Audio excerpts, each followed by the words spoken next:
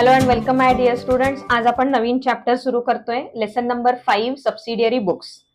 So तुम्हाला आतापर्यंत आपण जे लेजर जर्नल हे सगळं बघितलेले त्याचे बेसिक्स तुम्हाला आता कळलेले असतील की जर्नल म्हणजे काय. Journal is a book of prime entry, हे तुम्हाला आतापर्यंत कळलेलं आहे. आणि ledger is a book of final entry, म्हणजे जर्नल मधनं पोस्टिंग करतो आपण फायनल बुक्स मध्ये.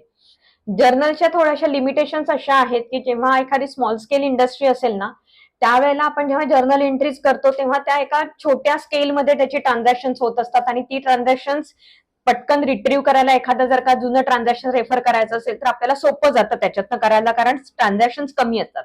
पण जसं जसं बिझनेस वाढत जाईल, बिझनेस ग्रो होत जाईल, ट्रान्झॅक्शन्स वाढत जातील, नंबर ऑफ ट्रान्झॅक्शन्स जेव्हा quantity wise number of transactions जेव्हा वाढतात त्यावेळेला एक जर्नल प्रॉपर मध्ये त्या सगळ्या एंट्रीज करून नंतर त्या रेफर करणं हे खूप क्रिटिकल होतं. म्हणजे एक तर ते टाइम कन्झ्युमिंग असतं, एनर्जी कन्झ्युमिंग असतं. सो जेव्हा एखादा मोठ्या बिझनेसमध्ये जर्नल मेंटेन करायचं असतं ना, त्यावेळेला ते जर्नल प्रॉपर या फॉर्मॅटमध्ये न मेंटेन करता त्याचे सब डिव्हिजन्स करून त्याची सब बुक्स तयार केली जातात. त्यांना सबसिडियरी बुक्स असं म्हणतात. जर्नलचे सब डिव्हिजन्स केलेली आहेत on the basis of the nature of transactions. So what are subsidiary books? Subsidiary books are the subdivisions of the journal according to the nature of transaction. So nature of transaction म्हणजे काय? आपण परचेसचं transaction करतोय तर सगळी परचेसची transactions, these are a type of transaction which is a kind of purchases transaction. Sales transaction, सगळी सेल्सची transaction, सगळी कॅशची ट्रान्झॅक्शन. सो आपल्याला नेचर ऑफ ट्रान्झॅक्शन काय डिफाईन करता आलं की these are all purchases related transactions, these are all cash related transactions. So आपण त्याचं जर एक सेपरेट बुक मेंटेन केलं की only purchase transactions will be recorded in this particular book.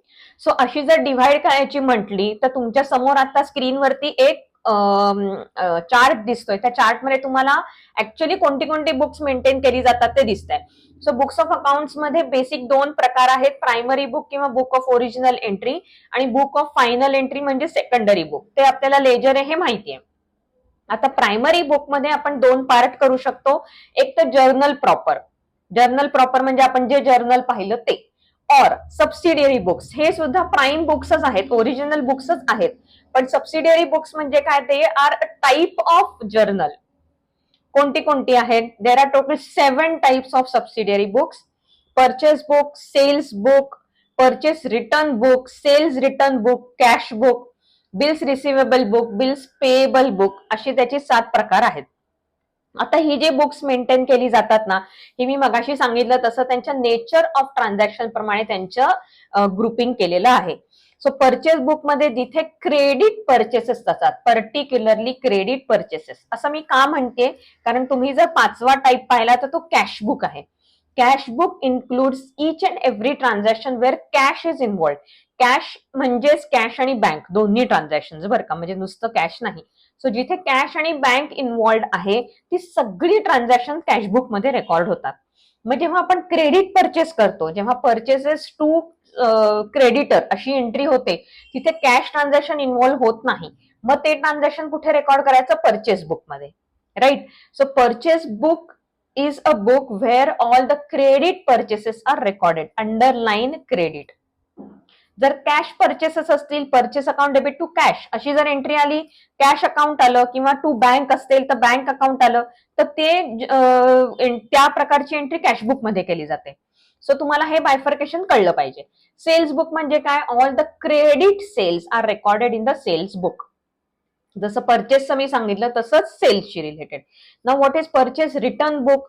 Purchase जसं क्रेडिट परचेसेस आहेत तसंच क्रेडिट परचेस वरचे purchase return, all the credit purchase return. जर परचेस रिटर्न कॅश मध्ये असेल तर तो कॅश बुक मध्ये येईल. जर क्रेडिट परचेस रिटर्न असेल तर तो परचेस रिटर्न बुक मध्ये जाईल. क्रेडिट सेल्स रिटर्न असेल तर तो सेल्स रिटर्न बुक मध्ये जाईल. आता बिल्स रिसिवेबल्स आणि बिल्स पेएबल्स म्हणजे काय? जर कोणाची बिल्स असतील जी आपल्याला रिसिव्ह व्हायची आहेत किंवा पेएबल आहेत, हे तुम्हाला 12th मध्ये हा इलॅबोरेटेड एक मोठा बिल ऑफ एक्सचेंज असा एक चॅप्टर आहे.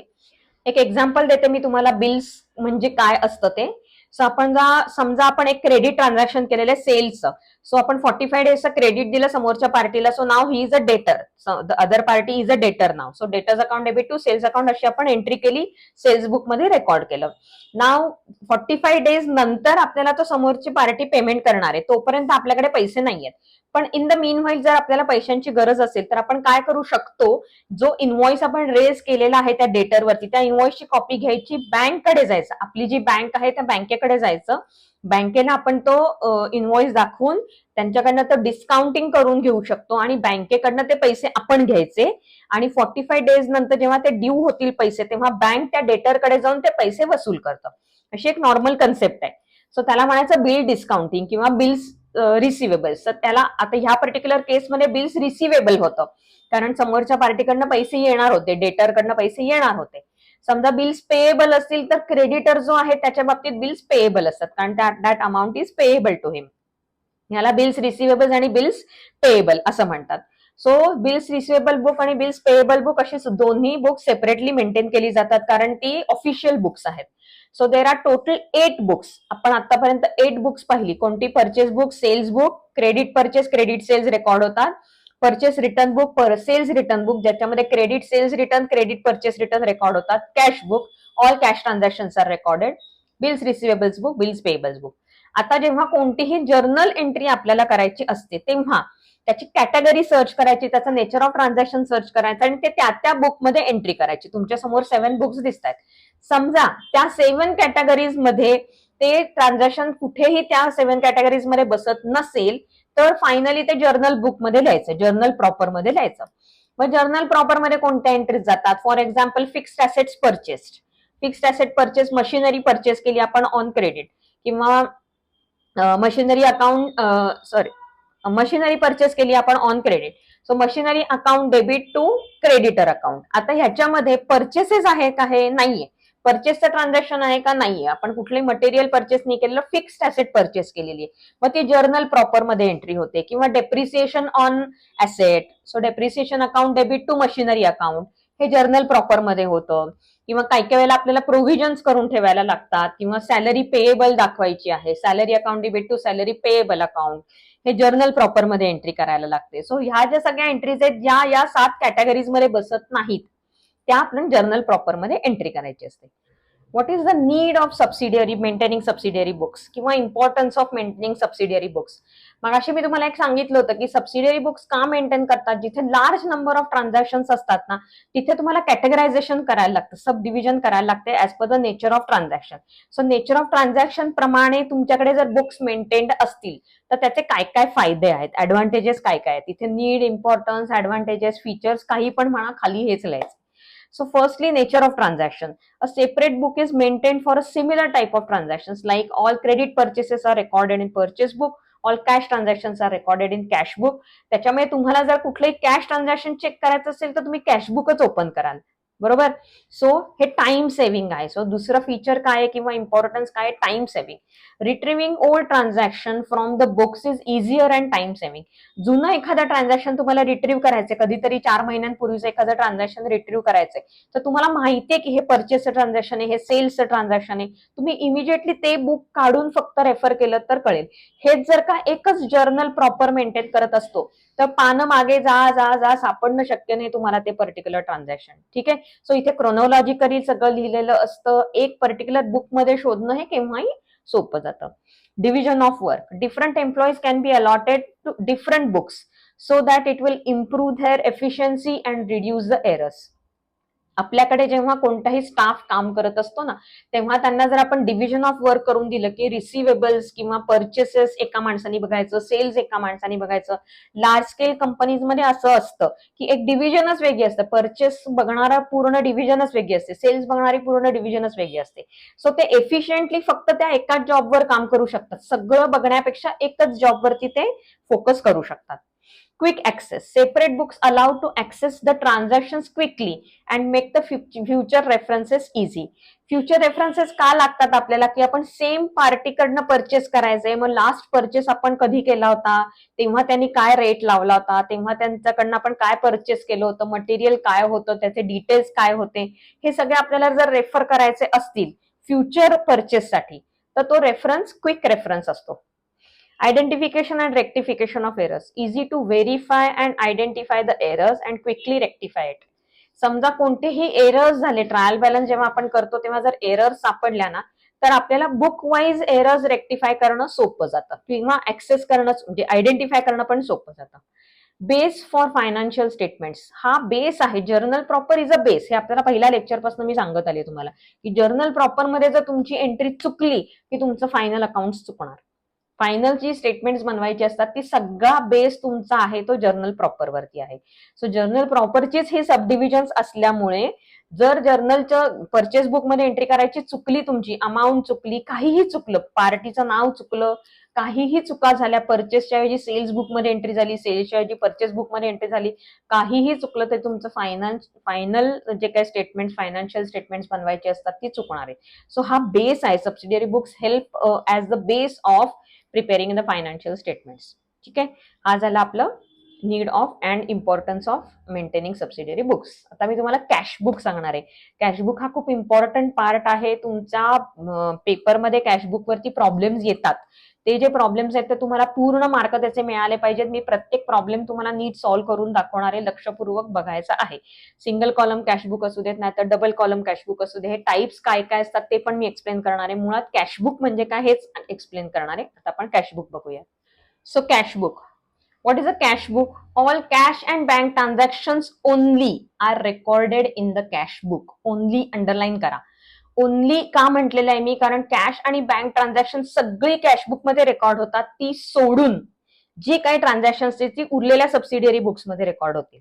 So only cash and bank transactions are recorded in cash book. For example cash purchases, cash sales, expenses in cash, receipts in cash etcetera, असे खूप तुम्हाला एक्झाम्पल्स मिळतील. आपण जर्नल करताना, लेजर करताना ज्या बेसिक जर्नल एंट्रीज बघितल्या तिथे सगळीकडे आपण ही ट्रान्झॅक्शन बघितलेली आहेत. Ignore all credit transactions. Cashbook मध्ये कुठलंही क्रेडिट ट्रान्झॅक्शन रेकॉर्ड होत नाही. रिमेंबर दिस. क्रेडिट ट्रान्झॅक्शन साठी कोणती बुक्स आहेत? उरलेली जी 6 बुक्स आहेत ती क्रेडिट ट्रान्झॅक्शन साठीची आहेत, ती लक्षात ठेवायची. कॅश ट्रान्झॅक्शन फक्त इथे रेकॉर्ड करायचे. Cashbook has a debit balance or zero balance but it cannot have a credit balance.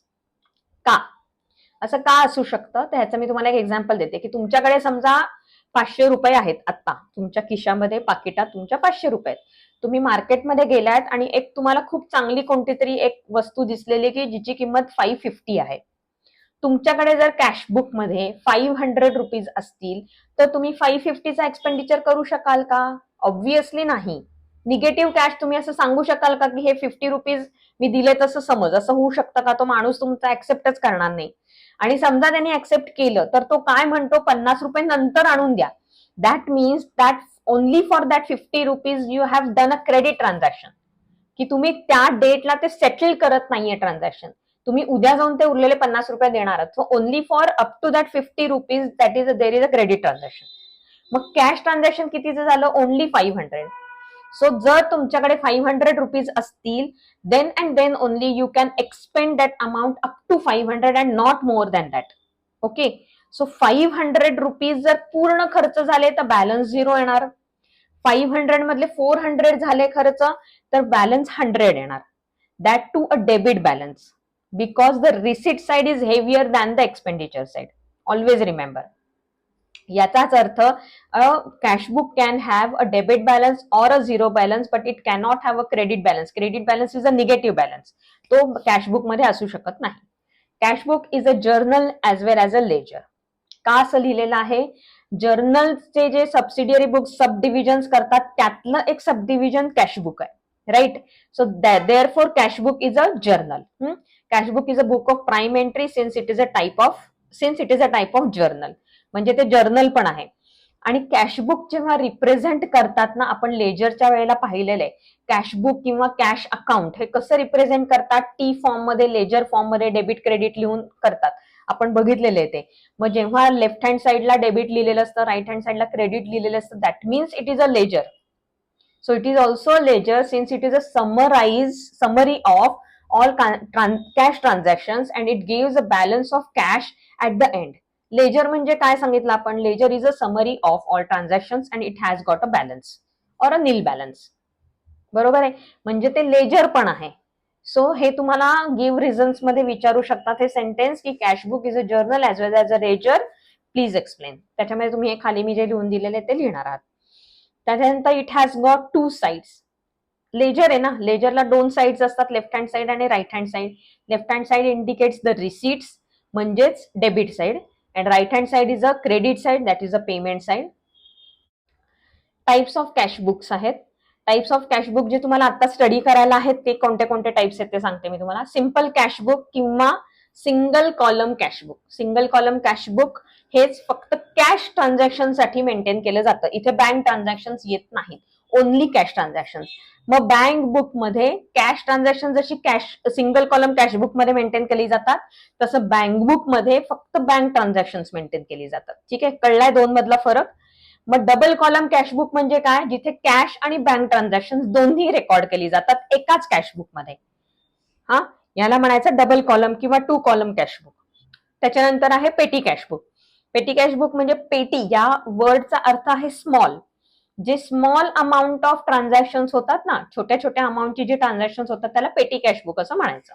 ठीक आहे, ते सेपरेटली मेंटेन केलं जातं. हे चारही तुम्हाला आता स्टडी करायला आहेत. त्यातला आपण आता पहिल्यांदा बघतोय simple cashbook. So simple cashbook म्हणजे काय, simple cashbook is also known as a single column cashbook. जसं लेजर असतं ना आपलं, सेम लेजरचा फॉर्मॅट असतो जो सिंपल कॅशबुक किंवा सिंगल कॉलम कॅशबुक मध्ये वापरला जातो. Only cash transactions and not bank transactions are recorded here. Debit side indicates the receipt, credit side indicates the payment. Debit side receipt म्हणजेच कॅश बॅलन्स इन्क्रीजेस. नाव cash account is a real account. बरोबर आहे ना, cash account is a real account, it is an asset, it is a real account. Debit what comes in, credit what goes out. When the cash comes in, the cash balance increases. बरोबर आहे. So डेबिटला जेव्हा एखादी amount डेबिटला लिहितो ना आपण, receipt साईडला लिहितो, त्यावेळेला तो कॅश बॅलन्स इन्क्रीज होणार आहे. जेव्हा आपण तो क्रेडिटला लिहिणार आहोत तेव्हा कॅश बॅलन्स डिक्रीज होणार आहे. हे लक्षात ठेवायचं आहे. Debit cash balance increase, credit cash balance decrease. हे मी तुम्हाला सांगतेय ह्याच्यासाठी की ज्या वेळेला आपण कॅशबुक लिहायला घेऊ तेव्हा आपण हा रूल फॉलो करणार आहोत. Whether the cash is coming in or going out. If the cash is coming in, डेबिटला लिहा. If the cash is going out, क्रेडिटला लिहा. मी आता तुम्हाला स्पेसिमेन दाखवतेय कॅशबुकचा. हा जो स्पेसिमेन आहे हा तुम्हाला लेजर फॉर्मॅट जसा असतो त्याच पद्धतीने समोर दिसतोय, फक्त डेबिट आणि क्रेडिटला एक एक कॉलम ऍड झालाय. ते कुठला मी तुम्हाला सांगते. सो स्पेसिमेन जर तुम्हाला पेपरमध्ये ड्रॉ करायला आला तर तुम्ही सुरुवात कुठून करता, इन द बुक्स ऑफ असं आपल्याला आधी डोक्यावर लिहायचं असतं. कोणाच्या बुक्समध्ये आपण लिहितोय, कोणाच्या व्ह्यू पॉईंट पण बघतोय ते आधी आपल्याला लिहायचं आहे. So in the books of कोणाचे बुक्स ते लिहिलं, सिंपल कॅशबुक. त्याच्या खाली लेजर जसं तुम्ही आता तसा स्पेसिमेन ड्रॉ करायचा आहे, डेबिट क्रेडिट सगळं लिहायचंय. डेबिट साईडला डेट आहे आणि पर्टिक्युलरच्या ऐवजी मी रिसीट असं लिहिलेलं आहे आणि रिसीट नंबर आहे त्याच्या पुढे. So what is a receipt number, जेव्हा आपल्याला कोणी पेमेंट करतं म्हणजे आपल्याला पैसे मिळतात त्यावेळेला आपल्याला त्यांना एक रिसीट द्यायची असते. फॉर एक्झाम्पल तुम्ही कधी डॉक्टरकडे गेलात तर डॉक्टरकडे जेव्हा ते फी देता, तुम्ही डॉक्टरची काही कन्सल्टेशन फी देता, त्यावेळेला तुम्हाला लगेच एक पावती देतात ना, त्याच्यावरती नंबर लिहिलेला असतो, रिसीट देतात ते तुम्हाला. ही जी रिसीट आहे तर ते प्रत्येक बिझनेस एंटरप्राइजेस त्यांना मिळालं कुठलेही पैसे असतील त्या पार्टीला समोरचे रिसीट देतात, that we have received the amount. प्रत्येक जण करतोच असं नाही, इट इज नॉट मॅन्डेटरी, पण जे करतात त्यांच्याकडे तो रिसीट नंबर मेंटेन केला जातो, तो तिथे लिहायला पाहिजे. LF. LF इथे का आहे, कारण जर्नल बुक आहे. Basically cashbook is a type of journal.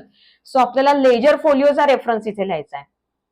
Amount काय आहे ती, त्या ट्रान्झॅक्शनची अमाऊंट. क्रेडिट साइड, क्रेडिट साइडला डेट आहे, पेमेंट्स आहेत, कारण पेमेंट केल्यानंतर आपण ते क्रेडिटला लिहिणार आहोत कॅशबुकच्या. बाउचर नंबर, जसं पैसे मिळाले तेव्हा आपण रिसीट बनवली तसंच पैसे जेव्हा दिले, जेव्हा आपण कोणाला पेमेंट केलं ना तेव्हा एक वाउचर बनवतात. वाउचर म्हणजे काय, त्या वाउचरमध्ये सगळे डिटेल्स असतात, कशासाठी पेमेंट केलं, कुणाला पेमेंट केलं, किती अमाऊंटचं केलं, कुठल्या बिलच्या अगेन्स्ट केलंय का, व्हॉट एव्हर जे काही डिटेल्स असतील ते तिथे लिहिलेले असतात. सो त्याला वाउचर नंबर, एक युनिक रेफरन्स नंबर असतो, तो तिथे लिहायचा आणि अमाऊंट लिहायचे. ठीक आहे. आता हे जे तुम्हाला खालती लिहिलेलं दिसतंय ना ते लेजर मध्ये, हे तुम्हाला स्पेसिमेन ड्रॉ करताना लिहायचं नाहीये, पण मी तुम्हाला कळण्यासाठी, तुम्हाला एक्सप्लेन करण्यासाठी म्हणून ते लिहिलेले. सो तुम्हाला स्पेसिमेन विचारलं तर ते खालचं लिहू नका, फक्त डेट, रिसीट, रिसीट नंबर वगैरे हा जो हेडर आहे तेवढं लिहायचं, खालचं ब्लँक सोडायचं. सो रिसीट साईडला ऑब्व्हियसली रिसीट साईड म्हणजे मी मागाशी काय सांगितलं, जेव्हा कॅश इन्क्रीज होईल, what comes in is cash. So when the cash comes in, receipt होईल, त्यावेळेला ते डेबिटला लिहायचंय. मग अशी कोणती कोणती ट्रान्झॅक्शन असतात जिथे कॅश इन्क्रीज होणार आहे, रिसीट होणार आहे, त्याचे मी काही तुम्हाला एक्झाम्पल समोर दिलेले आहेत. फर्स्ट ट्रान्झॅक्शन कोणत्याही बिझनेसचं काय असतं, started business with cash. Owner काय करतो, बिझनेसमध्ये कॅश घेऊन येतो to start the business. Business start होतो मुळात कॅशमधनं, कॅपिटलमधनं. सो कॅपिटल जे काही कॅशमध्ये आलेलं आहे, so cash is coming in to the business and who is the giver, capital owner. So cash account debit to capital account अशी एंट्री असते, म्हणून इथे टू कॅपिटल अकाउंट आलंय, कॅश इन्क्रीज झाली. To sales account, cash sales असतील तर cash account debit to sales account entry करतो. Cash सेल्सला पण कॅश इन्क्रीज होते म्हणून टू सेल्स अकाउंट आलं. इन्कम, आपल्याला इंटरेस्ट मिळतो, रेंट मिळतं, डिव्हिडंड रिसिव्ड असतं किंवा रेंट मगाशी सांगितलं मी, असं कुठल्याही प्रकारचा हे असेल, काय म्हणतो आपण, इन्कम असेल ज्यांनी कॅश मध्ये ते इन्कम मिळालेलं आहे, अशा वेळेला सुद्धा आपण cash account debit to income account असं लिहितो. मग ते इन्कम कोणत्याही प्रकारचं असू शकतं. मग ते जे इन्कम असेल, टू इंटरेस्ट अकाउंट लिहा, टू डिव्हिडंड अकाउंट लिहा, टू रेंट अकाउंट लिहा वगैरे, जे काही इन्कम असेल ते आपण तिथे लिहिणार, कारण cash account debit to income account असतं. टू डेटर अकाउंट, आता डेटर अकाउंटच्या आधीचं फर्स्ट ट्रान्झॅक्शन क्रेडिट सेल्स असणार आहे हे लक्षात घ्या. जो सेल आपण केलेला आहे तो डेटर म्हणजे क्रेडिट सेल आहे. Debtor account debit to sales account अशी एंट्री आहे. इन फ्युचर त्या डेटरने आपल्याला पैसे दिलेले आहेत. So cash account debit to debtor account अशी एंट्री आहे, म्हणून इथे टू डेटर झालं. ठीक आहे, त्यांनी कॅश दिली, कॅश इन्क्रीज झाली म्हणून डेबिटला लिहिलं. बिल्स रिसिवेबल्स, जसे डेटर्स असतात तसे बिल्स रिसिवेबल्स पण आपल्याला रिसिव्ह होणार असतात. ते झाले समजा रिसिव्ह, तर cash account debit to bills receivables account. ठीक आहे, सो कॅश अकाउंटच्या डेबिटला ज्या ज्या ट्रान्झॅक्शनमुळे कॅश इन्क्रीज होणार आहे ते सगळं डेबिटला येणार आहे. मग तशी पेमेंट साईडला काय काय असू शकेल, ज्यांनी कॅश पे होते ती सगळी ट्रान्झॅक्शन क्रेडिटला जाणार. By purchases account, cash purchases करतो आपण, purchase account debit to cash, अशा केसमध्ये कॅशला क्रेडिट येतं, बाय परचेसेस असं लिहितो आपण. तसंच by expenditure, salary account debit to cash, salary pay केली तर salary account debit to cash. Interest pay केला, interest account debit to cash. Stationery purchase केली, stationery account debit to cash. मग by salary, by stationery, by काय सांगितलं मी अजून, rent, असे सगळे क्रेडिटला येणार आहेत. ड्रॉइंग्स अकाउंट, ड्रॉइंग्स कधी येतं, जेव्हा ओनर बिझनेस मधनं कॅश विथड्रॉ करून घेऊन जातो. So drawings account debit to cash account म्हणून बाय ड्रॉइंग झालं. क्रेडिटर अकाउंट, मग अशी मी सांगितलं डेटर्सच्या बाबतीत की original entry debtors account debit to sales होती. Later on that debtor paid the amount to us. तसंच आपण क्रेडिट परचेस केलेत, so purchase account debit to creditor अशी ओरिजिनल एंट्री होती. Later on we paid cash to that debtor. So cash is going out, debtor is the receiver, creditor is the receiver, creditor account debit to cash account म्हणून इथे by creditor. Same bills payables साठी, bills payables pay जर केली तर bills payable account debit to cash. कळतंय, अशी कोणतीही transaction याच्यात येऊ शकतात. पेमेंट साईडला दिलेली amount cash is going out, cash decreases. Debit साईडला कॅश इन्क्रीजेस म्हणजे रिसिट्स येणार सगळ्या. ठीक आहे, आता ओपनिंग बॅलन्स आणि क्लोजिंग बॅलन्स लिहिलाय मी. मागाशी मी तुम्हाला एक गोष्ट सांगितली होती, cash account never has a credit balance, it always has a debit balance. म्हणून टू बॅलन्स ब्रॉट डाऊन लिहिलेले, ते चेंज होणारच नाही. झिरो बॅलन्स असेल तर काहीच येणार नाही ओपनिंगला, किंवा फर्स्ट ट्रान्झॅक्शन असेल तरी काही येणार नाही. पण क्लोजिंग बॅलन्स मात्र बाय बॅलन्स कॅरीड डाऊन आणि brought down on the debit side असाच येणार. म्हणून तो जर ब्रॉट डाऊन बॅलन्स असेल तर डेबिट ओपनिंग बॅलन्स, आणि क्रेडिटला क्लोजिंग बॅलन्स क्रेडिटला लिहायचा, बॅलन्स ब्रॉट डाऊन डेबिटला करायचा. कळलंय? So this is a specimen of cash book. लक्षात आलंय? स्पेसिमेन ड्रॉ करताना मगाशी मी सांगितलं तसं खालचं काहीही ड्रॉ करायचं नाहीये, फक्त स्पेसिमेन ड्रॉ करायचं. ठीक आहे, नेक्स्ट लेक्चरमध्ये मी सिम्पल कॅशबुकचे प्रॉब्लेम्स घेणार आहे 1-2, आणि मग आपण टू कॉलमनर कॅशबुक बघायला घेणार आहोत. ठीक आहे, नेक्स्ट लेक्चर पर्यंत